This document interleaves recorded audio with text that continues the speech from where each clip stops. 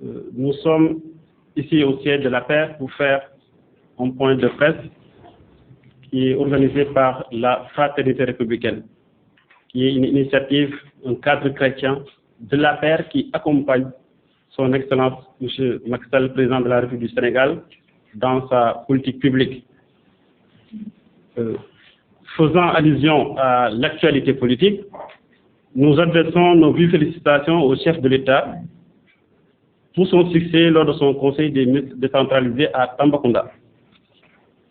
Nous profitons également de cette occasion pour souhaiter joyeux Noël à tout le peuple sénégalais, particulièrement à la communauté chrétienne. La Fraternité républicaine félicite le président de la République ainsi que l'ensemble du gouvernement pour la grande leçon de transparence et de responsabilité dont il a fait preuve en commanditant la mission de vérification de l'utilisation des fonds mis à la disposition de l'administration dans le cadre du programme de résilience économique et sociale lors de la crise sanitaire de la COVID-19. Elle engage le gouvernement à mettre en œuvre l'ensemble des recommandations issues du rapport de la Cour des comptes dans le cadre de l'amélioration continue de la bonne gouvernance des ressources publiques. En cela, la Fraternité républicaine ne doute aucunement de la volonté de l'État de faire de notre pays un modèle aussi réussi de gestion des fonds publics. Dans un autre registre, la Fraternité républicaine se réjouit des résultats importants de la tournée économique du président de la République à Tambacounda, avec notamment les grandes décisions prises en vue d'améliorer les conditions de vie des populations de cette région charnière de notre pays.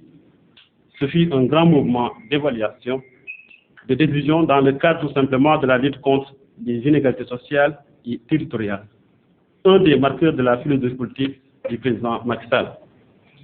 Enfin, la Fraternité républicaine tient à rappeler avec force que le 31 décembre marque une date importante dans la vie de l'Église qui coïncide tout simplement avec la fin de l'année civile.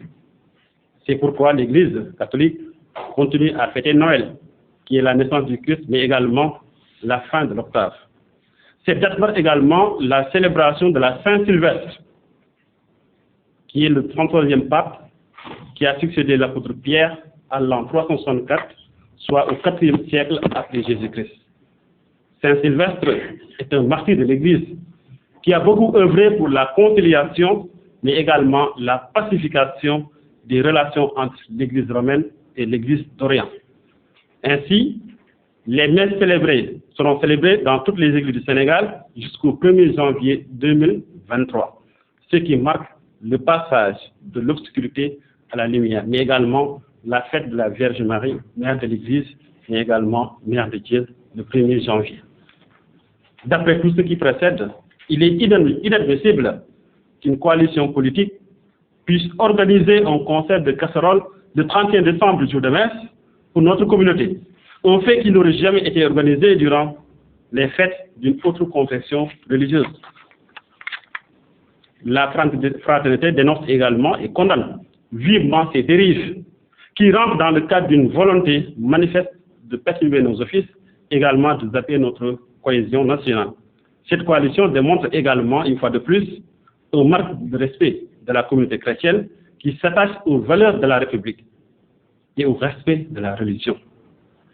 La Fraternité également appelle l'ensemble des Sénégalais à accorder une oreille attentive à l'adresse à la nation du chef de l'État pour mieux apprécier l'état de la nation, mais également les orientations stratégiques de la nation pour l'année 2023, qui marquera également l'entrée de notre pays dans l'économie pétrolière et